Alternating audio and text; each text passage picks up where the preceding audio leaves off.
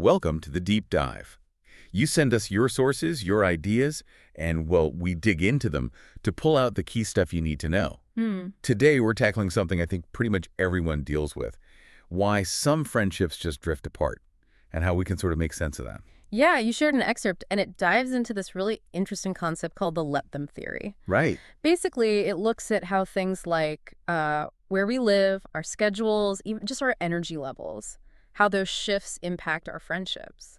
And how maybe accepting that evolution can be, well, freeing. Exactly. It's about navigating those changes. We've all been there, haven't we? That really close friend who, over time, things just change.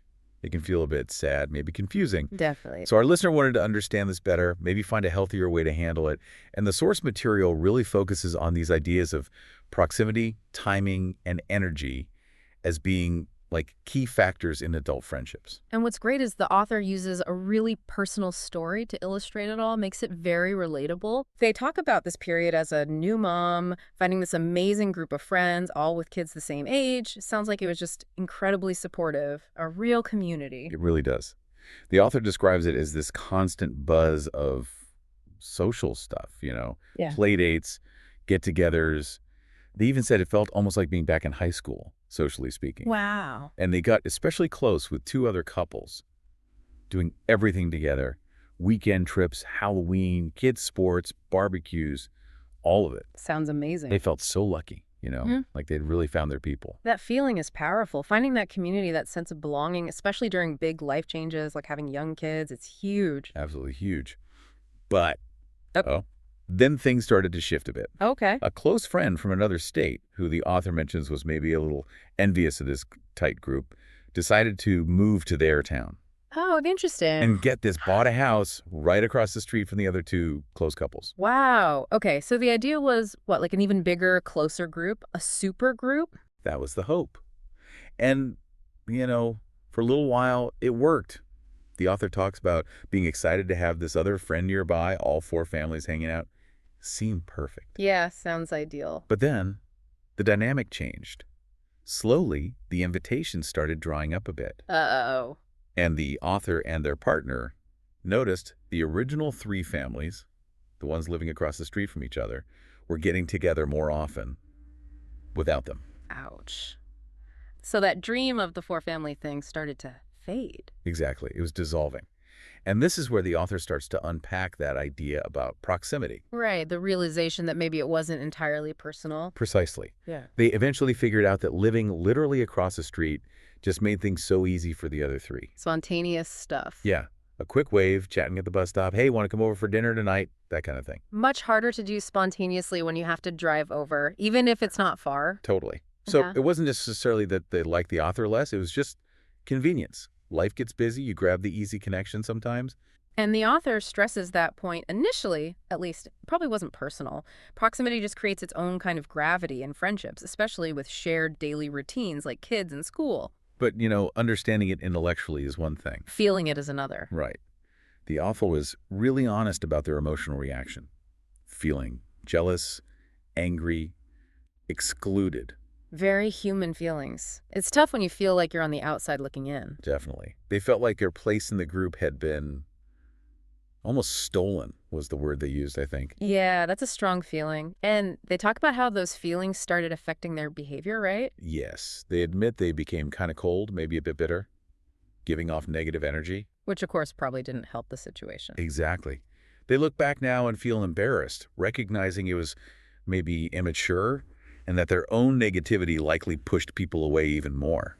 Created a self-fulfilling prophecy almost. That takes a lot of self-awareness to admit. It really shows how our own reactions can shape things, doesn't it? Feeling hurt is one thing, but how we act on it is key. And this is where the let them theory really comes into play in the story. Okay, so explain that a bit more in this context. Well, applying it here would have meant allowing those friendships between the neighbors to develop naturally. Without seeing it as a direct rejection? Yes. Without taking it so personally or reacting with all that negativity. Yeah. Just letting them. The author sort of wishes they'd understood that then, right? That they could have handled it with more maturity. Yeah, definitely. Instead of getting caught up in the jealousy and the hurt, they could have just accepted that proximity was changing things. It was a natural shift. Instead, there was this expectation, maybe unspoken, that friendships should just stay the same, effortlessly constant. Which, as the chapter argues, isn't really how adult friendships often work. Life gets in the way. And that brings us neatly to those three pillars the author identifies: proximity, timing, and energy. Right. These are framed as the big influences on adult friendships. The core ingredients, maybe. Yeah, think about it. Our lives are always changing. We move, our jobs change, our schedules get crazy, our energy comes and flows. So those pillars are constantly shifting. Exactly. A friendship that was strong when all three pillars were aligned might naturally change if, say, proximity goes away, or someone's available time just vanishes because of work or family stuff. And the really important point here is that it's often not about you personally. It's not that they don't care anymore. Right. It's just the reality of life circumstances impacting the ability to connect in the same way. The author then talks a kind of tough part of applying the let them theory. Which is? Realizing when maybe a friendship has become one-sided. Like if you're always the one reaching out, always the planner. And if you stop, crickets. Yeah, that silence can be hard to sit with.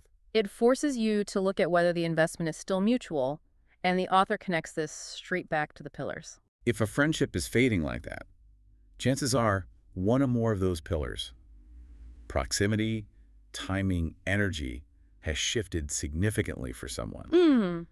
But there's a caution there too, isn't there? About jumping to conclusions. Yes, definitely. Don't immediately blame yourself or the other person. The advice is to try and assume good intentions first. Maybe they're just swamped, or going through something privately, dealing with anxiety, or just needing more alone time. Exactly.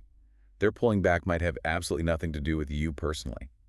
It's easy to create stories in our heads, but assuming goodwill is often a healthier starting point. That's a really empathetic approach. So important. The author also hits on something very, very modern.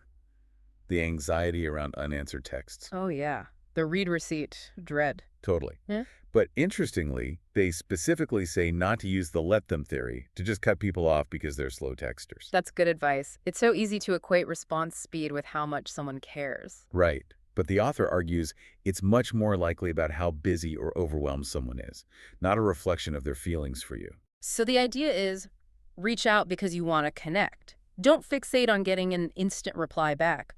Manage your own expectations. Exactly. Focus on your intention. And to kind of drive these points home, the author shares another personal bit, right, about their own availability changing. Yeah, they talk about a time when their life got really demanding, moving, growing a business, family commitments, and they just weren't as available for old friends. And they acknowledge that from the outside, it might have looked like they were being neglectful or just a bad friend. It's really honest. They recognize how it might have seemed, but explain it wasn't a conscious choice to ditch anyone. It was just the reality of their shifting pillars. Less time, less energy, different priorities. And the takeaway there is crucial. Losing touch doesn't automatically mean the friendship is dead or that there's bad blood. Right. Distance, whether physical or just in terms of time, doesn't erase the connection.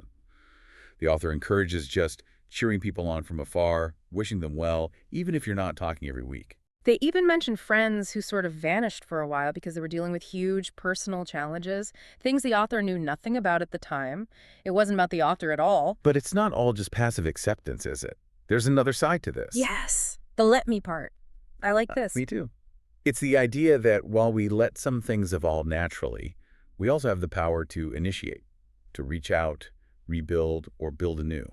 It's about agency. The underlying connection, the author argues, often doesn't just disappear. It's usually the proximity and timing that have changed. And the good news is, we can often do something about that if we want to. Yeah. It's not always too late to reconnect. They share a story about reaching out to someone after ages and just clicking again instantly. That feeling is amazing. It really is. So Let Me is about taking that step, sending the text, suggesting coffee, making an effort to find new people who fit where you are now. It balances the acceptance of let them with the proactivity of let me. It feels like a really rounded approach to friendships. Accepting the ebb and flow, but also knowing you can, paddle the canoe sometimes too. And the author ends on a really positive note, suggesting that embracing this whole approach can actually lead you to find your true tribe, your people, even if it means starting over sometimes. Which can feel daunting, but also exciting. Great. The idea that some of your future best friends are people you haven't even met yet, that's pretty It cool. really is. It shifts the focus from loss to potential. A message of hope, really, in an area that can sometimes feel kind of out of our hands. Okay, so let's wrap this up. The key takeaways from this deep dive, based on your source. First, friendships naturally change, often because of shifts in proximity, timing, and energy. Second, the let them theory helps us accept these changes more gracefully without immediately taking it personally or reacting negatively. And third, the let me part empowers us. It reminds us we can reach out, reconnect, and actively build the social connections we want. Which leads us to a final thought for you, the listener. Think about a friendship in your own life that's maybe drifted a bit. Can you see how maybe those pillars, proximity, timing, energy, might have shifted? And perhaps, does thinking about let me make you consider reaching out? Or maybe just reflect on how your own social circle changes and why. It's all part of the ongoing, ever-evolving story of connection in our lives. Something to mull over.